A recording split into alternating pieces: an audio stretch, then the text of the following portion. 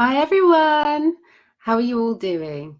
My name is Sarah Riley. I hope you can hear me okay. I decided to come in the group today just because I have a little bit of time available to answer a question that was asked by Mark Focus. Thanks very much, Mark, for asking the question.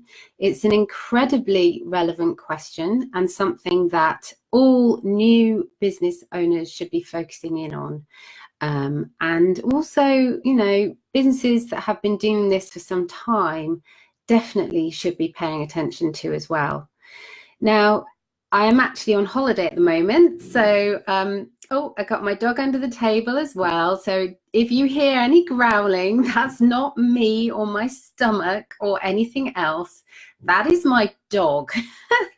And she has decided now to start growling. That's just typical. But as I said, this is something that Mark Focus asked in the group, and this is about where is the glamping industry going? Where is it going in terms of supply, and where is it going in terms of demand? And is one outstripping the other? Should new businesses be worried about what's going on in the industry? Should they be worried about the extra competition? Should they be worried about new businesses already coming along, about the existing businesses that are already in place and already have some have already cornered the market? And should people be worried about the direction that the market in general is going and customers and where they're going? Now, before I go any further, just have a quick check that I'm actually live in the group, because sometimes we can have technical problems. While I'm doing that, if I just tell you a little bit about who I am. My name is Sarah Riley, and I am the person who set this group up as a result of working in this industry now for far too long. So many years I've been in this industry and supporting businesses, helping them set up, helping them to realize their dreams and what they want to achieve in terms of their business vision and also their lifestyle vision, because one is not necessarily the other, and getting those two tying up is so important. So that's what I do. I've been working in this industry for so long. I've been involved in the Glamping show, the Glamping Summit. I run inspiredcourses.com, and I also run inspiredcamping.com. I'm a fully qualified professional business coach, a trainer, and I run many courses for people who want to learn how to market their business better, and also the key steps to setting up a glamping business. So that's what I do. I've been doing it for many years, and I've helped hundreds of people, many of whom are in this group, actually launch. So I've been in this industry so long now that people who I've helped develop their vision are actually now with a glamping business that they are operating successfully. So that's the reason why I'm here now with this group and talking to you. I also have jointly run a hospitality business, a boutique hospitality business, a 5-star boutique hospitality business that was for a decade 5 stars, didn't ever lose its rating. So I'm very proud of that, and that's another reason why I have got experience in this industry, and I'm happy to share it with you now. So also welcome new members. We've had a lot of new members. Thanks for coming along. If you want to check out some of the other live videos and training that we've done, please, you can do that just by clicking on the video tab in the left-hand bar as you look at the Glamping Business Group page. And there's lots of other information there. So dip in, and that's all there to help you to do what you want to do within this industry, as am I. If you want to talk to me directly, just go over to inspiredcourses.com. I'd be very happy to reply to any emails, and you can message me here as well. So just message Sarah Riley and I'll be happy to talk to you. So this, as I said, was a question asked by Mark Focus, an incredibly relevant question, which is about what is the industry doing now? And I'm very fortunate that I have a bird's eye view of what is going on around the world. And this is why I feel I do have something I'd like to add to this discussion, a discussion that's already taken place in the group amongst different individuals. And there's been some excellent points raised. And I really do think that we have a lot of lessons that we can learn from something that happened many years ago and is still happening today, which was when people started, before glamping really took hold, people started and were setting up holiday cottages and holiday lets. And this was the days before Airbnb.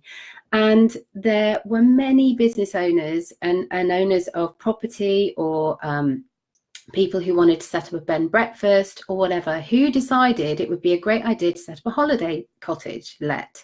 Suddenly you saw thousands of them popping up across the world and, you know, across different countries. And this had a number of impacts. And I think we have, as the glamping industry, we have a lot. There were holiday cottages that had other holiday cottages lined up next to it, you know, so there were thousands of them all next door to each other, and yet some still survived and survived very well, while others went down the pan and maybe didn't have quite the impact they were hoping for, didn't have quite the earning potential that owners were hoping for, and therefore they sold on and moved on and did other things. So it's a really interesting thing to do, to try and analyze why that was. And this is something that I have done many times over the years to analyse why some holiday cottages managed to survive while others didn't. Now, first of all, it's all about a number of elements which can all be applied to the glamping industry and a glamping business. They can be quite similar. Obviously, you're tailoring things to the same customer now, because whereas before camping was only one particular customer, liked to go camping. They were quite in a niche market, and it was hard to get those individuals who weren't interested in camping to explore other things until glamping came along. And suddenly glamping opened up a new industry because it was focusing on more than just the camping market. It was focusing on the camping market and also the holiday cottage market. So people who were interested in going to holiday cottages, they suddenly started hearing about glamping. Okay, so this glamping allows me all the benefits of staying in a holiday cottage or a hotel, or whatever, 5-star level, and yet I can still enjoy the best bits of camping, such as stargazing, mixing with nature, having wonderful views, having lots of space for myself and my family to play. So it opened up a whole new industry for the camping industry slash holiday cottage industry. And I actually like to call unique holiday rental industry, which I believe is something that is totally new now and is an industry all of its own. And that includes glamping, it includes tree houses, it includes all kinds of different models, not just camping, not just holiday cottages, but the whole lot. And the great thing is that this means that we can now look back on what happened with the holiday cottage industry and what its struggles were and what its successes were, and we can start to apply that to the glamping industry. So one of the things that was really clear at the beginning, when people started to set up all the holiday cottages, and there were so many of them operating and the competition was extreme and great, some of them were successful, some of them weren't. And why was that? Well, firstly, quality. So there are some that have a better level of quality than others. And if you're on, I can see there's a few of you on. Hello, everyone. Thanks for joining me today. If you're on, do say hi, give me a thumbs up and give me a heart. You know how I love to have you interact with me. Don't feel that you just need to watch.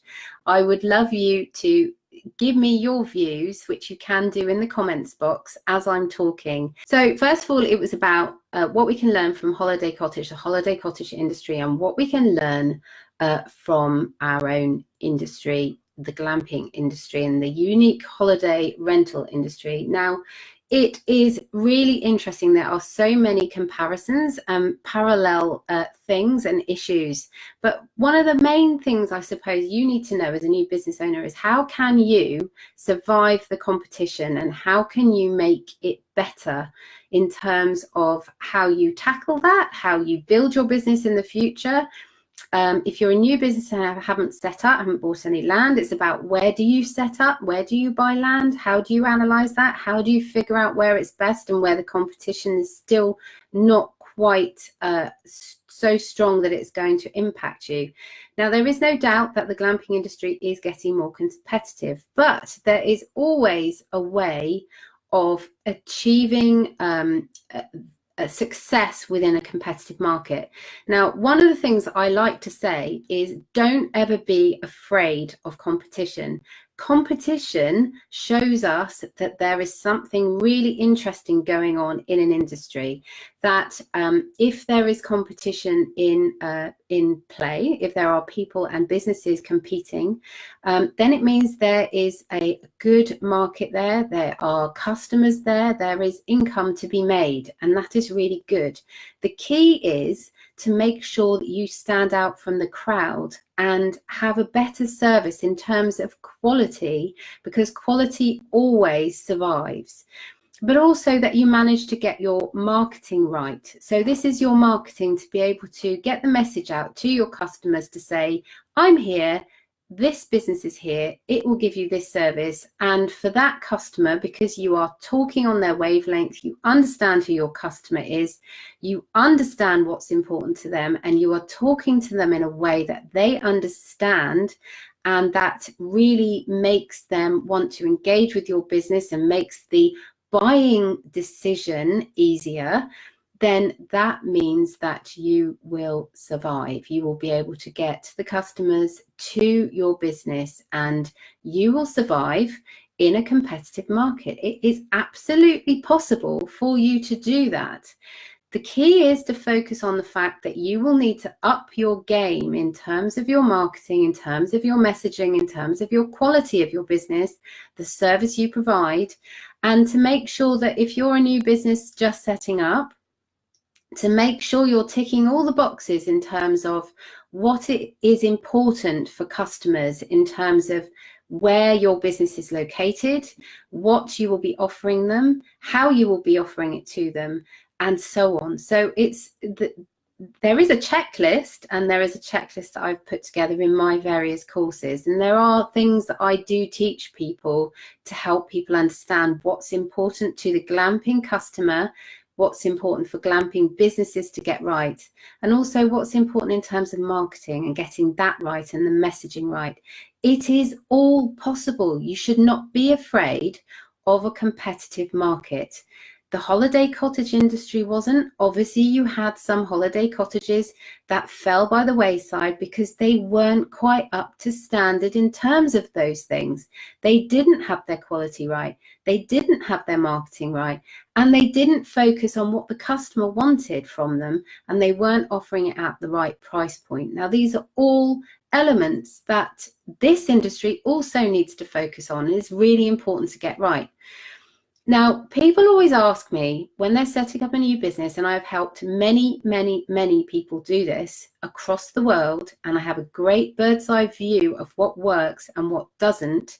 People always ask me, okay, if I'm going to be offering 4 safari tents, what's my income potential?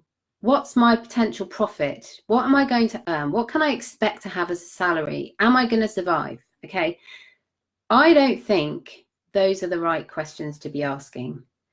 You need to be thinking in different terms. You need to be thinking about, well, okay, it's all right to have those safari tents or whatever mode of glamping you decide to use. But what is it that your market wants from you? What is it your customers want from you? And are you delivering it? And how are you going to get that messaging out to them? Because it's all very well having those safari tents and having that business all set up and running, and knowing if you have that safari tent, you're going to earn X amount of £1,000 or dollars or whatever it is for that particular tent. How are you going to fill it? How are you going to get those people in? How are you going to get them paying you that money? it's all very well having those safari tents, but what if you can't fill them? What if you can't reach that potential income? Those are the questions you need to be asking. It's all very well saying, I need to have those X number of tents to bring in that number of income. That's great. But actually, how are you going to get the people into those tents paying you money so that you can get to that level of income? That's the question that you need to be, or those are the questions that you need to be asking yourself. So it's all very well saying, what will I earn? What's the potential? What can I expect? What can I get back? You need to really be focusing on how you're going to get your messaging out, how you're going to get your marketing out, how are you going to reach your customers, how are you going to get those bookings. And there are techniques that work and work really well in this industry.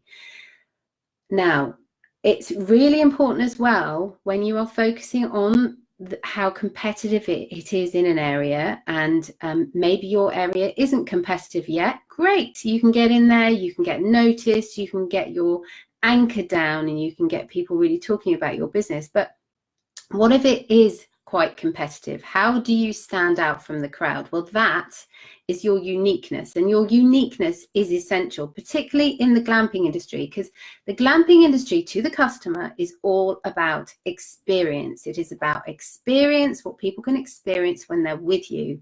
The customer wants an experience, and part of that experience is the uniqueness of the business that they are interacting with. So this is the uniqueness of their service, their branding, their imagery, or everything that's the people who are delivering it, so their personality. All of that brings a level of uniqueness and helps a business stand out head and shoulders above others. Now, I've worked very closely with the owner of Kudva, which is a glamping site in Cornwall. Now, Cornwall is one of the most competitive areas in terms of holiday rentals, and particularly unique holiday rentals and glamping and so on. And yet, why has she achieved so much success in that area? Well, that is because she is hugely, hugely unique. She has developed a product and a service that is absolutely and utterly hers, that she has made sure it has, no one else can go near it in terms of what it is, because it is hers. It is absolutely her personality. It's absolutely her design. It's in a really unique area, and this is how she has achieved such success so quickly in an industry that is already very competitive and very full. So it can be done. And I see businesses do it all the time. But you can't expect, as an industry gets more competitive, you cannot expect to just set up something that everyone else is doing and expect it to be as successful as what everyone has done and is doing now. So focus on your messaging, focus on your marketing, and focus on what you're going to do and bring to the table in terms of your uniqueness. And certainly don't ask the question, what can I expect to earn if I put up X number of tents and do it in this way? Because there's so many different factors that can influence that, and most of all you. So for example, are you someone that thinks that if you set up a glamping business, you'll be able to get it up and running and get your bookings immediately? Because if you do think that, then I'm afraid there's a bit of something you need to know. Anything to do with holiday rentals and anything to do with getting customers to buy something from you, especially when that is online, which is something that I specialize in and you need to specialize in, because you don't have a shop front. You do not have a shop front. People do not walk past the front of your glamping business and say, I'm going to go and buy something. I'm going to go and stay there. I'm going to do this, because they've seen your sign or they've seen what you offer. No, you have to find your customers, advertise to them, and get them engaged with what you offer online. That means you are partly a predominantly online business. Even though you do your services and you offer your services offline, and obviously people come to you offline and they stay with you offline, but you need to find your customers and you need to get them to pay you online. So it's really important that you focus on how you are getting your message out online and how you are doing that and the level of effort you are putting into your marketing and your online activities. Now, this industry is a really marketing heavy industry, and you can't, I'm quite passionate about this because you will survive a competitive industry if you learn how to do your marketing really, really well. And if you learn how to get your messaging across online really, really well. But also there are factors that you need to introduce offline. So how your services, how you're interacting with your customers, what you're doing to get repeat customers, and so on. I mean, it's a huge subject. There's lots to learn, but it's all there for you if you need to get that information. So this industry, as I said, is bringing in people who have never camped before. And that's where the industry will be able to grow massively. Those people who are looking for an experience, they're looking for somewhere they will be able to take amazing pictures of themselves and post them all on Instagram. And that's what your customers want. And so you need to give it to them. And if you manage to do all of those things, then you will have a successful business, even if you have and are operating in a competitive market. That's okay, as long as you get everything right. Now, as I said before, the great thing is that if you have competitors in your industry and around you, that means you're in a great area. What you have is great because that's where other people have recognized it's great and other businesses have recognized it's great. So don't copy your competitors, but learn from them and learn what they're doing and learn from their lessons. And that will help you leapfrog over mistakes that have been made by others and things that maybe have failed. And it will allow you to learn from your competitors and leapfrog in front of them and deliver something better and become more successful. That is definitely and utterly something that is possible, and I teach it all the time, and I teach the steps how to do that. It's really important that we all learn from each other, not copy. Don't copy your competitors, but learn from them. There's so much to learn if you look for it. And this is what I talk about to all of my clients, because a lot of people get fearful about their competitors. And it's not to be, you shouldn't be afraid of your competitors. You should, if possible, work with them. I think it's important to work with your competitors, and I am never afraid to work with my competitors. And if you're there as a competitor, get in touch. Let's work together. You know, this is what I like doing. This is my approach that I like to take. But we can all learn from each other and we can all support each other. And that's what's so important. But there are other things that we need to do. It's understanding, if you are new to this industry and if you are thinking that is an easy industry to get involved in, it's not. It's not a get rich quick industry. This is not a get rich quick trend. This is something that has been going on for a long time. People have been doing this and setting up these businesses for a long time. You'll find a lot of members of this group are very, very, very seasoned and have been doing this for a very long time. And there is a great deal of expertise in this group. Make the most of it. But my point is that some people, some businesses setting up now will soon disappear. They will soon be sold off because it's not quite what the individual who set it up thought it might be.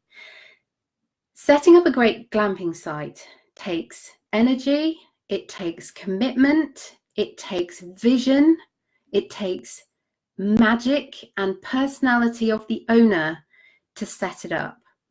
And that's not for everyone, and that can't be achieved by everyone. But if you've got those magic components, then you can make the most amazing business, something that will reap huge amounts of success, even in a very highly competitive area, as long as you get your uniqueness right, your marketing right, you get your message out there, and you find it easy you make it easy for customers to find you, and You introduce the essential elements along the buying path that someone who's just seen your business and thinks, oh, that's interesting, I might just get engaged with that business, to the point of becoming a new customer who's actually taken their money out of their wallet and has paid you for a stay. That is the essential process that you need to get right. Getting that buyer's path right.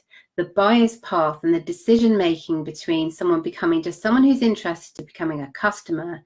There are very essential steps that you need to introduce along the way to make it easy for them to become someone who's just looking to become someone who's actually paid you for a very important time in their life, which is their holiday time, with their very important money, which is their holiday money. So essential to get that right.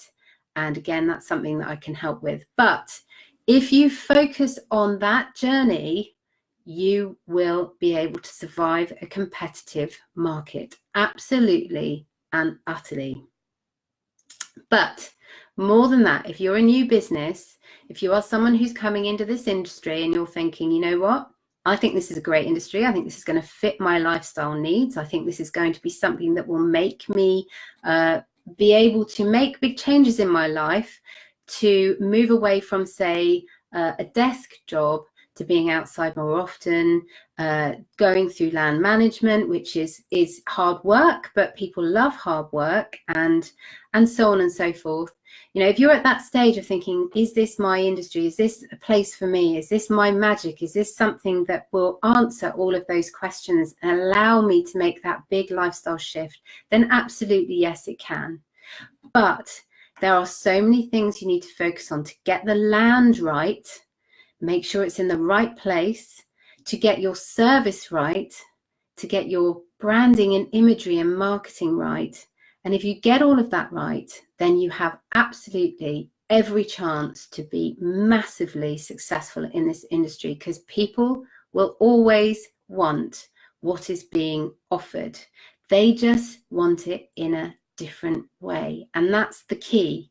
Finding out, what does your customer want, and delivering it to them in the way that makes them happy. And that is key to being successful in any industry, even if it's really competitive. Now, I hope you enjoyed some of my thoughts around that. I'd love it if you would comment on any of that. Do you agree? Do you disagree? Have you got any other thoughts that you'd like to put in? I'd really like to carry on the conversation so that we can give more value to the members of this group. I've got so many things planned for you over the coming months. It's been incredible what's been going on, and I can't wait to share it with you. If you want to chat to me or talk or carry on with this discussion, then do PM me here, or, you know, send me a message over on inspiredcourses.com. My name is Sarah Riley. Have a wonderful day. Over and out.